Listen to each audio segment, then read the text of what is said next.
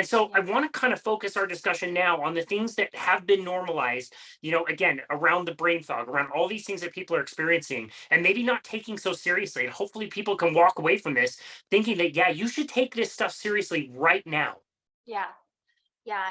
And those, those kids often are aware of that they're having symptoms. They will self-diagnose to the best of their ability. They will say I'm depressed. They will say I have an anxiety disorder. They will say I have ADHD. I can't focus. And they will zero in on this idea that they have something going on that can't be cured because that's what's all over Google, right? Um, or that they have to take medication or that something's really wrong with them in such a way that it can't be fixed. They're defective in some way.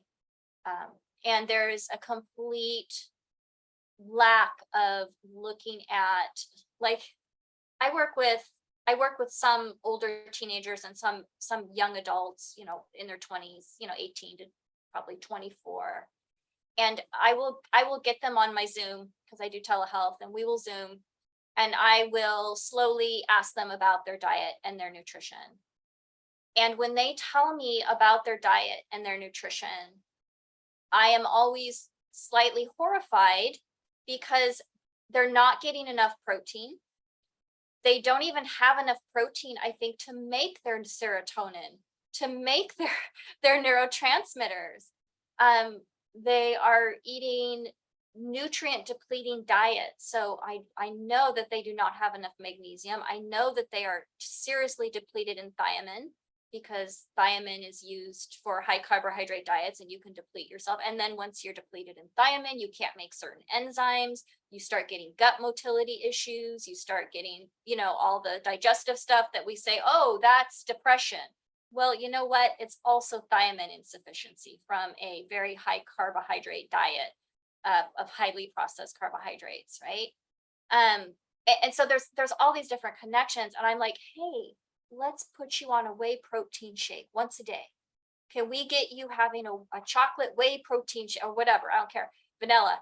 Surprise me, right? Just have some amino acids so that you can make your neurotransmitters. And I had this one client who had a diagnosis of OCD, ADHD, autism spectrum, all these diagnoses, and I would literally see them deteriorate based on whether or not they had that whey shake regularly.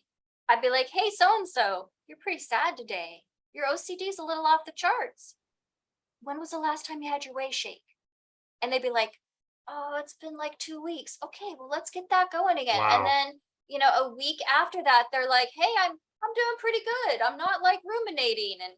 It's that simple. And these kids, they're eating plant-based proteins, tiny amounts of proteins. Only half of it is bioavailable. So they eat a little bar that says 10 grams of protein. They're really only absorbing maybe 5.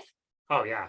They're not getting it. And then a complete, then of course the nutrients that are in all the highly processed foods, a lot of them are not bioavailable. A lot of them can cause their own problems. Like they just don't have the basic things they need for their brain to work. And then they are understandably upset that they're not feeling well. And there's no connection between that.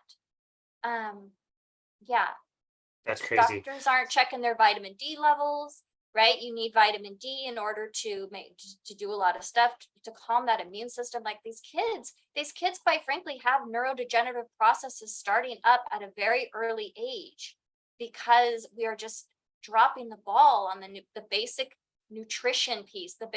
This is your body's manual. This is the stuff you want your body to work. You want your brain to work. You want your mood to work. You want to sleep. This is the basic stuff that it needs in these ways. So I just kills me to see people take on all these diagnoses. I don't, I get these teenagers are like, I think I have ADHD. I want you to evaluate me for ADHD. And I say, I can't possibly evaluate you for ADHD because you're not giving yourself your brain what it needs to work. I don't know if your brain works like an ADHD brain because you're not actually giving yourself the basic things your brain needs to function. So let's put you on a broad spectrum micronutrient. Let's put you on an amino acid supplementation. And let's do that for a month. And then we'll talk about me evaluating you for ADHD. Wow, it sounds like trying to determine whether a car works without having any oil or gasoline. Like you would never know. Yeah, you would never know. And I don't see the point of evaluating them for ADHD when they don't have that basic stuff.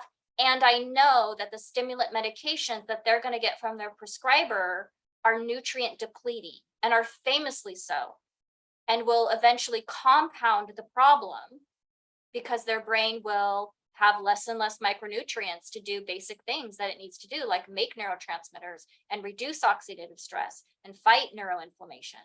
And that is why when you get humans who have been on stimulants for a long time for ADHD, there is a certain point where it just doesn't work well anymore for them. No matter how high they go, it just doesn't seem to fix their ADHD symptoms. And then they walk around thinking that ADHD is like their personality and their base level of functioning, and that they just can't function and it's because of their ADHD, right? Well, the meds aren't working anymore. Well, there's a reason the meds are not working anymore. You're depleted and you didn't have what you needed to make your brain work well in the first place. And that's not even getting into the pieces about areas of brain hypometabolism and the neurotransmitter imbalances that happen when we don't have a good diet. That is terrifying. I remember just being blown away when I first heard about that with those medications. That is absolutely terrifying. And again, we think of these issues as completely pervasive. It's normal. It's normalized that these kids can't pay attention in school and need to take some type of medication.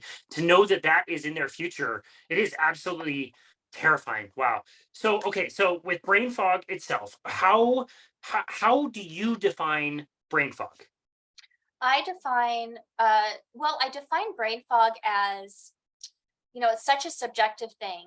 It's where you feel fuzzy, your brain feels fuzzy, you can't concentrate very well necessarily. It's very difficult to get into something. Like you and I, if we have an interest, we're just gonna like eat it up, right? We're gonna just follow where we have the mental energy to zero in on something and just take it as far as we want to go with it, maybe several hours or days or weeks, right, depending on what's going on. But this is so it's a lack of mental energy, it's a lack of mental focus, it's a inability to retrieve information. Everybody's brain fog is different. It's hard to give a definition, and I'll tell you why. Because people's individual brain fog symptoms reflect the area of the brain in which a neurodegenerative process is happening. So let me give you an example. I have one client, and this is well known. I have one client who, when he gets brain fog, he feels like he can't form his words. It's not that he can't retrieve his words. That's a different part of the brain. He doesn't have a problem there. But he'll start to feel, in his mind, he feels like he's slurring his words. He's having the experience of the musculature not cooperating with what he's trying to say. That's the frontal lobe. That's Broca's area of the brain. He's got a neurodegenerative process going on in that particular area, right? There's other areas of the brain. I have a great blog post about that. Where is that? I can't remember the name. I didn't remember what I titled it, but it's probably brain fog. If you go to mentalhealthketo.com and you put brain fog in at the search bar at the end of the page, you'll come up with it. It's got a big old picture of a brain. You can't miss it. But it talks about how what brain fog symptoms are linked to neurodegenerative processes in what brain structures. And so that's what makes it very difficult, is that different structures of the brain for different people have different, levels of susceptibility. And so, yeah, it depends. Brain fog is different for everybody, but it's always something that needs to be paid attention to when it doesn't go away right away and stay away.